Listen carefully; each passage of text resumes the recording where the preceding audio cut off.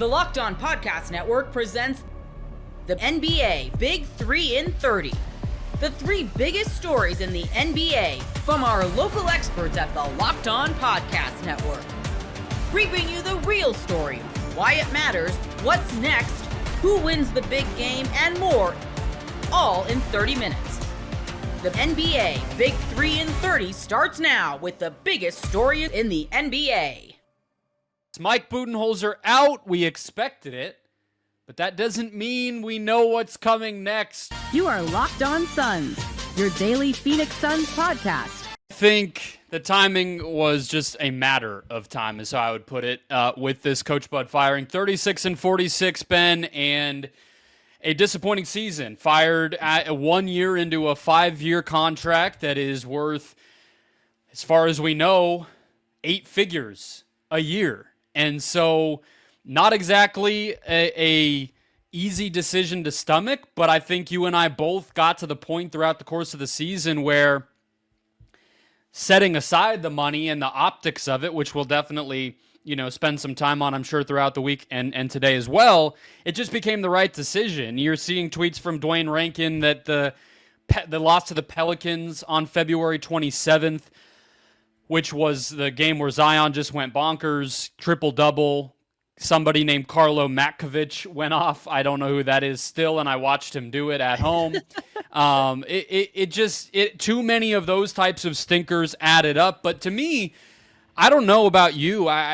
So we talked about the timing of the news coming out. The timing of when this really fell apart, I think, is interesting because, okay, that Pelicans game, sure. I almost look at it as that the real inflection point was the reports around that meeting between Bud and Book, where Bud reportedly told or asked Book to kind of tone down his seizing of the locker room and his kind of, taking a voice.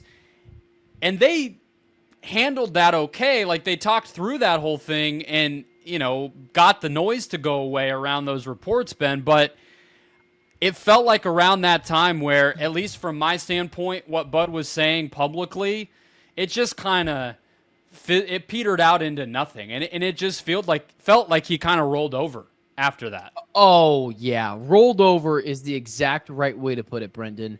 We had talked about after that little 3-game winning streak that they had.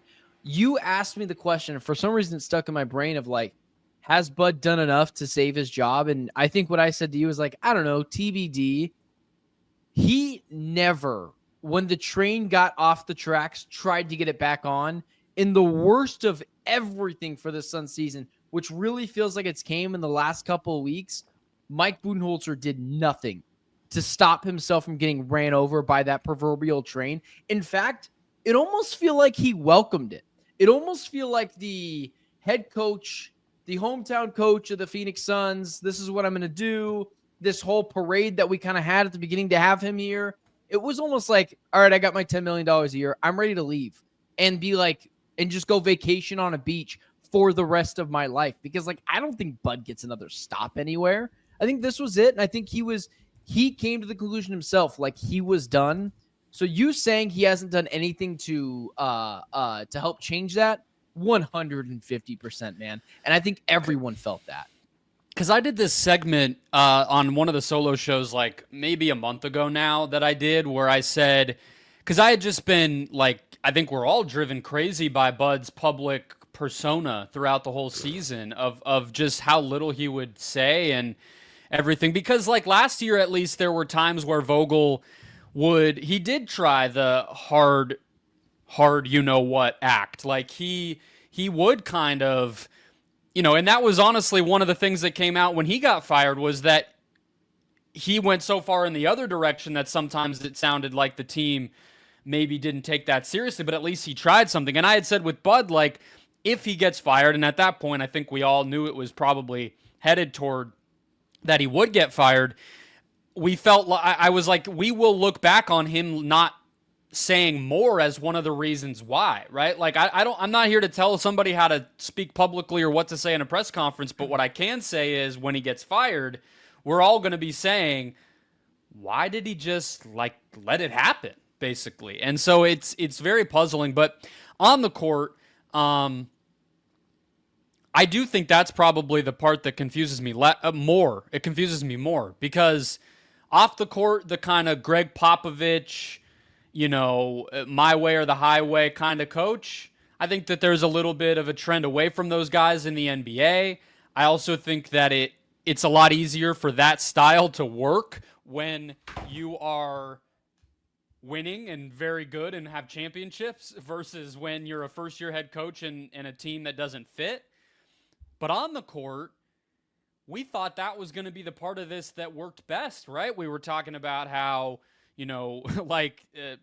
all closing the three-point gap and getting the big three to play off of each other better and playing faster and even, a defensive scheme that might, like Vogel's did, bring the best out of a guy like Yusuf Nurkic, and none of that happened. I mean, nothing.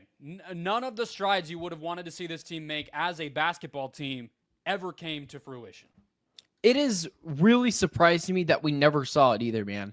I would be curious to think, because now that I've had an hour or so to kind of marinate, or 2 hours at this point, to kind of marinate and think about what went wrong, because we're bringing up he didn't even try to save his job, it almost makes me think, like, why didn't he do that? Is it because Matt Ishbia is really hard to work with? Is it because Josh Barlstein, which, news is coming down that maybe he's doing more than we were led on to believe, or maybe he didn't like working with James Jones? Like, it's not just a one-way street, right? It's also about, like, are the Suns just, not are they? They clearly are, but are the Suns just that much more dysfunctional than we thought they would be? And because it does shock me that this was I remember seeing Bud on I don't think I was at that press conference, but I remember watching the videos. He looked really excited to be there, man. Towards the end of it, I make the joke that every picture we've seen from Bud from his starting press conference to now, it looks like he's aged 100 years. Like, he always looks unhappy. He never even looks just like at a stalemate, like just normal. Yeah, but doesn't that let him off the hook too much to say that the team's just dysfunctional and it broke him? No, I think it's a two-way street, man. I think the Suns are a terrible organization. Like, they're not stable right now, and they're anything but functional. So I do think this is a 70% Budenholzer road, but 30% of it does have to lean on the fact the Suns just seem very miserable to work with at this point. I think that's fair. Part of me also, if you're talking about why, I think part of me wonders, like, did he just recognize, kind of like I think the players did, that this just wasn't going to work? And maybe he just quickly understood, hey, this isn't really the job that I necessarily thought that I signed up for. Maybe he looked at it and said, hey, Vogel did fine. I'm going to improve it in these few ways, and we can take ourselves from 49 to, a top 4 seed type thing. And, I have more playoff experience as a coach and different sort of things like that. Like, I'm here to kind of elevate this thing. And then maybe like training camp, the first month of the season comes around, the KD injury, and he's like, man, I mean, maybe he just kind of had the same realization that we all did, and he just didn't think there was anything to be done. Now, okay, well, that's your job, dude. So I can't exactly, like, it's kind of, so I think you're what you're saying, that it's both sides of this obviously is true.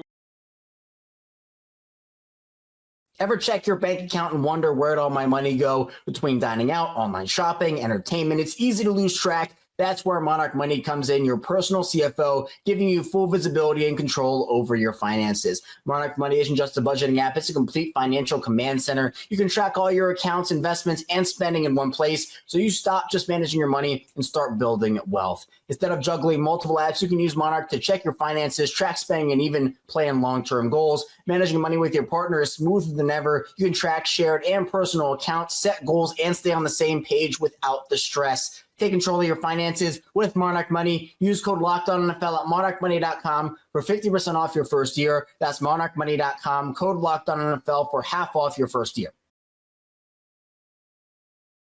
the Pels have fired David Griffin. I'll tell you exactly where things went wrong in his tenure. You are Locked On Pelicans, your daily New Orleans Pelicans podcast. The big news is David Griffin fired by the New Orleans Pelicans. And I want to put this in context here, that if you're looking at David Griffin, his tenure has been a little bit mixed. It's been both good and bad here. But ultimately, his biggest failure, and this might not be directly his fault, his biggest failure is he never made the Zion Williamson era work.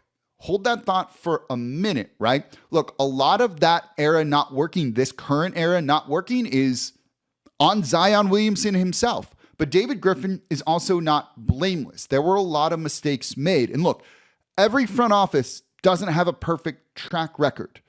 But the decision to go sign and trade for Devontae Graham and then using 4 second-round picks to get off of that bad deal in the first place after using a first-round pick to get him doesn't look good.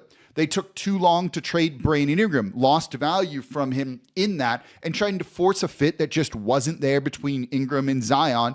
And while they got as good of a return as you could get for Brandon Ingram as this season went on, you could have gotten more in the past. And so it's a bit of a mismanagement of assets there. And look, even giving up on Dyson Daniels in the DeJounte Murray trade, which is still defensible at the time, look at how he's blossomed.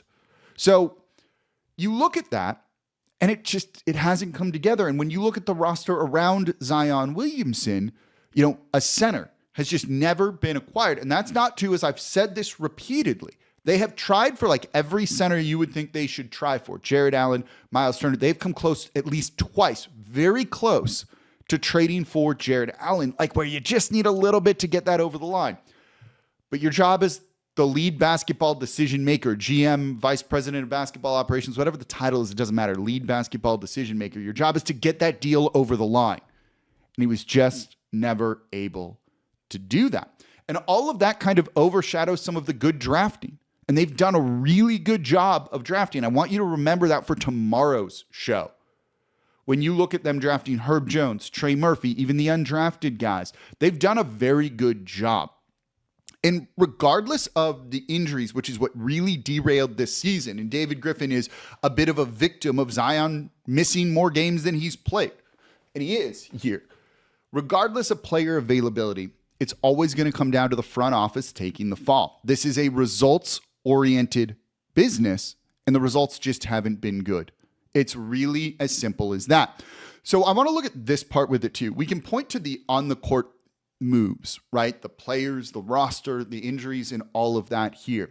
And as I said earlier in this part right now, most of the failure of this era to me is on Zion Williamson, his lack of professionalism at times, just not being who they needed him to be, and the injuries that have happened. And those injuries are kind of, at times, self-inflicted by Zion himself, and sometimes it's just rotten luck, which is a factor into it too. But a big part of Griffin's tenure here and never making the Zion Williamson era work is Griff and the team didn't get off to the best start with Zion, did they? At all, right? Remember the bubble, the piano story, and all of that stuff. They just didn't get off to the right start with Zion Williamson and instill that professionalism in him or put the infrastructure in place around to force that to happen. And that has set everything back in this era. And while Zion needs to own his part of this, and I'll certainly be criticizing him in the next couple of days, part of a lead executive's job is to simply just make it work. You got to make it work. And if you don't connect with your best player or what have you, that's a failure on that executive, that person doing it. It's a failure on Zion Williamson himself too, but there's blame to go around with that sort of thing. And so while Zion is massively to blame for it too, it's on Griff as well. And here's what I've often said, and this is maybe Griff's biggest fault for this era and why he got fired. And that's, I've long said that if I were in charge, I would go down with the Zion Williamson ship. I'd keep believing in this guy, I'd keep trying to make it work. That approach didn't work. Let's try something else. Okay, that didn't work. Next season, let's do this, right? Multiple head coaches, multiple different types of players around him, giving him leeway, giving him not, all of those things. The dude is so talented as a player that I think you've got to try and make it work. And if it doesn't, you get fired, and that's that. So I've long said if I were in charge, I'd go down with the Zion ship. And it looks like Griff went down with the Zion ship. And it's really that simple. So even if Griff is blame. So one thing I want to get into with this is ownership too, right? Even if Griff is blameless, and he's not, but let's just use it for the argument that he is. Even if he's blameless in all of this, ownership had to make this decision. Ownership, and I use that as kind of a catch-all term for Gail Benson and the people that are her lieutenants, her trusted advisors, right?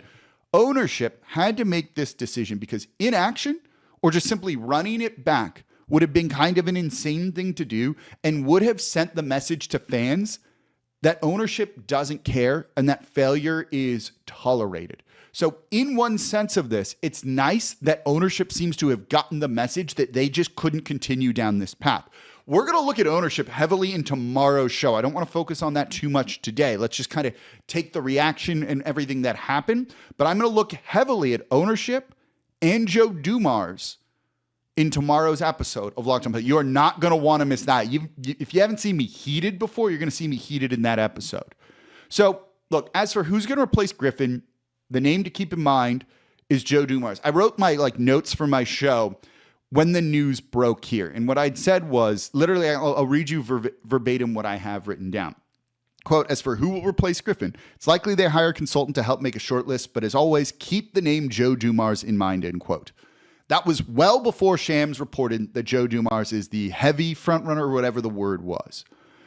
Dumars has connections to the state of Louisiana, being from Shreveport. He's held in high regard and friendly with ownership.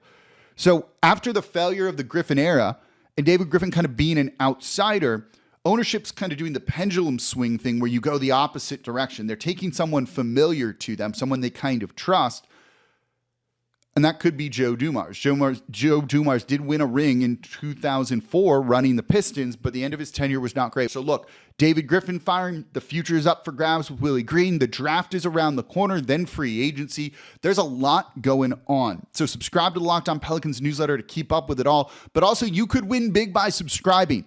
Subscribe between April 7th, which is already past 2025, and April 30th, 2025 for your chance to win one of these amazing prizes. A $2,500 gift card to upgrade your viewing experience. $300 to Gametime to buy tickets. $200 to Fanatics, maybe for a jersey of Cooper Flag, hopefully. So get exclusive insights into free agency, draft, and team updates delivered straight to your inbox. Go to LockedOnDaily.com and just click on the Locked On Pelicans logo to subscribe, and you have a chance to win. Go do it right now if you're watching the show. It's a great way to support us. We don't ask for money or anything like that. Just support it by watching, liking, commenting, and subscribing to the Locked On Pelicans daily newsletter. So Willie Green. Notice that today they fired David Griffin. They did not fire Willie Green. And if you are an everydayer, that means you listen every day to Locked On Pelicans. Let me know if you're an everydayer in the chat. I'm looking at it here. I appreciate y'all so much for interacting and watching with me here. They fired David Griffin. They did not fire Willie Green. The past couple days, I've been talking about alignment with the front office and coaching staff. And one of the things that I'm terrified of happening here, and it might happen, is that they get that out of alignment. Your front office and head coach need to be aligned. Look at the Denver Nuggets. Look at the Memphis Grizzlies. Those are a bit of disaster situations right now. And that's because the front office and head coach were butting heads and not in alignment. If you fire David Griffin, hire anyone to replace him, and force them to keep Willie Green, they're not going to want Willie Green. They're not going to want Willie Green. These GMs, these vice presidents of basketball operations, they want to pick their own guy. So if you are bringing someone in, forcing them to inherit Willie Green, we're going through what we did at the beginning of the David Griffin tenure, where he was forced to inherit Alvin Gentry, didn't want him, and then fired him in a year, and it basically wasted a year. It wasted a year of kind of building the program, building the franchise in the way that you would want. I don't want a repeat of that. I don't want a repeat of that at all. So by not firing Willie Green today, you are in theory, I'll tell you in a second, letting the David Griffin replacement make that decision on Willie Green, and they should be allowed to make that decision. There should not be a mandate from ownership in any capacity here. Ownership, again, that's a catch-all term for a number of people, absolutely, unequivocally, needs to stay out of the process with the head coach. We'll see if they do. Right? I don't want to use the term unserious franchise or whatever because, look, they're all serious. They are. But forcing your next person to keep Willie Green, if that's not the right head coach for the team, is a meddling move that the only thing it accomplishes is setting you back by trying to be nice to a guy that you like. Look, I don't care about nice or not nice. I care about winning. That's all that matters. Yeah, try and do right by people, but the organizational health, the franchise needs to come first. And if you're making a decision, well, he's a nice guy, so we're going to keep him. That is the wrong decision. Look, maybe your next person keeps him. Maybe they don't. But that would be the wrong decision otherwise. It needs to not be an ownership decision on Willie Green. It needs to be your next lead basketball decision maker's decision here. And the reporting, Schmidt Duo, who's a friend of mine, very trustworthy on this, says he thinks that it's going to be a mandate. I have heard that as well, that they are keeping Willie Green here of, whoever they potentially hire. That is an incorrect decision. And while I don't think ownership of this team is one of the worst in the league at all, they invest. They have invested in resources and things like that. This would be a dumb move. The NBA playoffs are almost here, and FanDuel is giving new customers an incredible way to get in on the action right now. When you join FanDuel and place your first $5 bet, you'll get $250 in bonus bets if that bet wins. I love how FanDuel makes betting easy, whether it's picking my favorite teams or diving into player props from three-pointers to steals to assists. There's so many ways to bet. Plus, after the game tips off, you can even combine live prop bets into a same-game parlay for a chance for an even bigger win. Don't miss out. Head to FanDuel.com and claim your $250 in bonus bets today. I know the Mavs' path to beating the Kings in the play-in game. The Mavs are going to play the Kings, and neither of these teams are running into this play-in game on all cylinders. They are not rolling into this like at the top of their game. They're not on a hot streak. Neither of these teams are looking super great. The Kings have some talent for sure. The trio of Sabonis, Zach LaVine, and DeMar DeRozan. They've all been all-stars, have all been around or have been on all NBA teams. And for the Mavericks, you've got Anthony Davis. Kyrie is out. Klay Thompson's not in all-star form like he has been in the past. He's at the end of his career here. And the Mavs have some depth for sure. But the Kings are the favorite going into this game. I think it's a 5-point game, a 5-point spread for the Kings right now.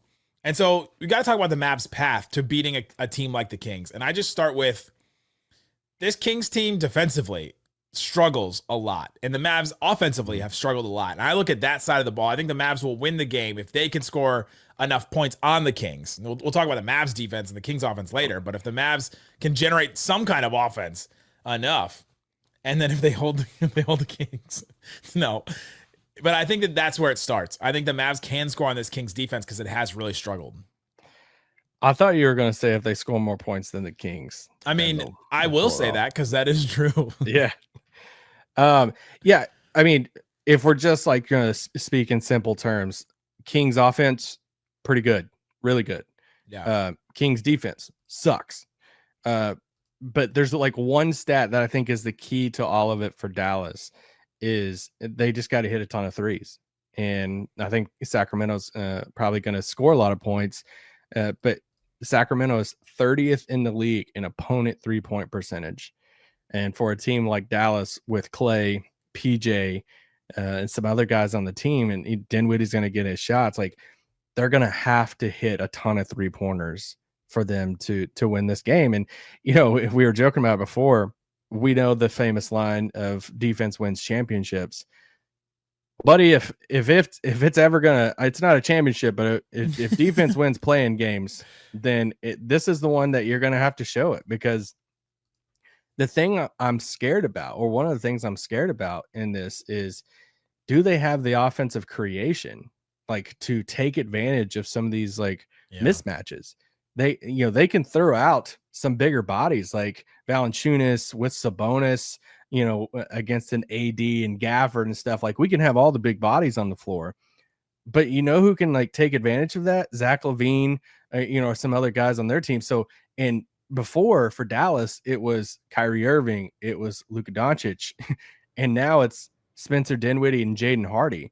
A little bit of a drop off for as far as trying to create off the dribble. So Najee Marshall finished top 25 in finishers efficiency this year, which is a stat I saw today, which is great. I mean, so you've got that and you've got Dinwiddie, but yeah, it is very different than a Kyrie. It's just like if they do throw the two bigs out there, this prehistoric lineup of the two bigs, and it's like who's catching the ball and then backing up to the 3-point line and going between the leg and then just like taking somebody out, taking Valanciunas out the dribble or Sabonis.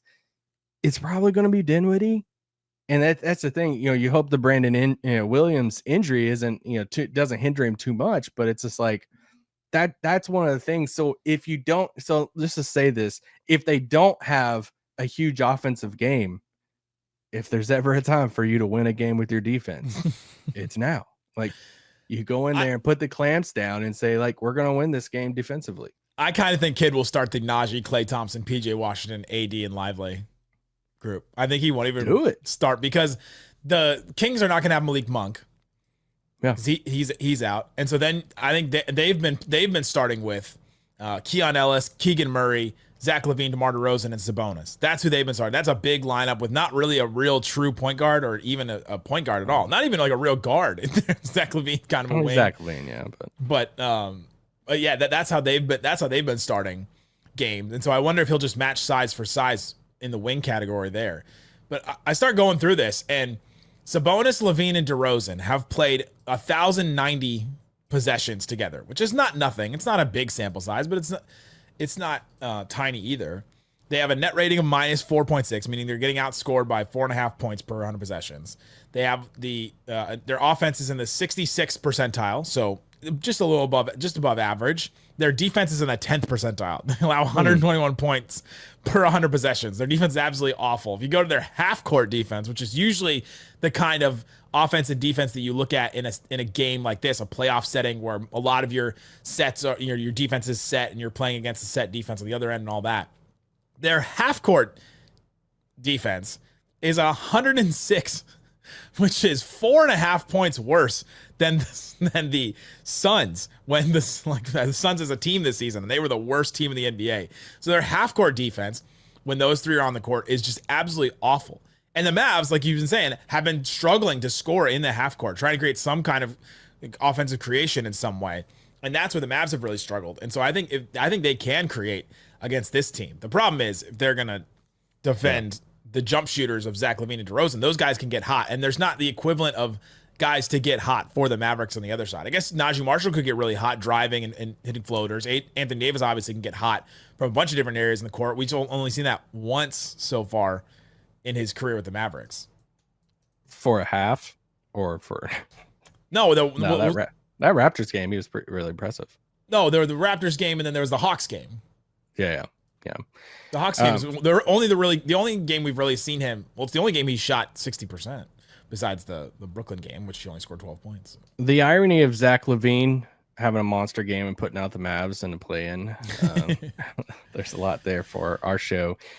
He's been playing really well for Sacramento. 45% from three in his time there. He's played 32 games for him since the trade. Obviously, he was part of the Fox return or the main piece in that.